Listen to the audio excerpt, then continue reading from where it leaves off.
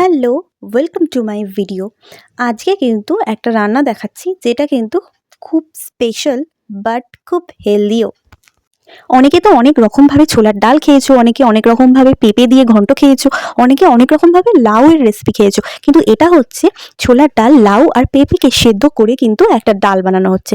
আশা করি তোমরা বুঝতেই পারছো যে এটা রেসিপিটা কিন্তু হতে চলেছে খুবই টেস্টি, হেলদি এবং খুব ডেলিসিয়াস।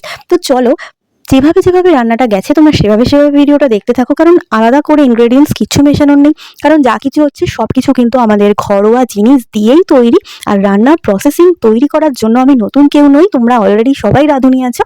তো আশা করি তোমরা পুরো রেসিপিটা দেখবে এবং এই রেসিপিটা তোমরা বাড়িতে ট্রাই করবে। কেমন লাগলো সেইটা কমেন্টস আমার চাই, কারণ এটা কিন্তু একটা ইউনিক এবং একটা একদমই নতুন রেসিপি। আমি কিন্তু নিজে নিজে বানিয়েছি, তো আমার তো খুব ভালো লেগেছে, আমার বাড়িতেও সকলের ভালো লেগেছে। আর তোমাদের কেমন লাগলো সেটা জানার জন্য কিন্তু আমি ওয়েট করে আছি। তো পুরো ভিডিওটা তার জন্য দেখতে হবে, কারণ রান্নাটার কিন্তু আসল চমক লাস্টেই আছে। তো ভিডিওটা চলতে চলতে একটা কথা তোমাদেরকে আমি বলি, আমার এই চ্যানেলটা কিন্তু সব রকম মিলিয়েই একটা সময় ছিল না।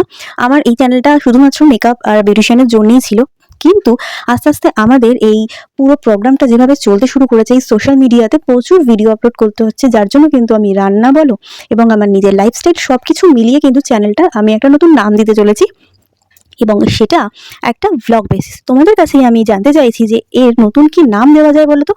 এমনও হতে পারে আমার নাম রিলেটেড বা সেটা ছাড়াও, সেটার কমেন্টসের অপেক্ষায় কিন্তু আমি রইলাম। তো চলো আজকের মতন কিন্তু বাই।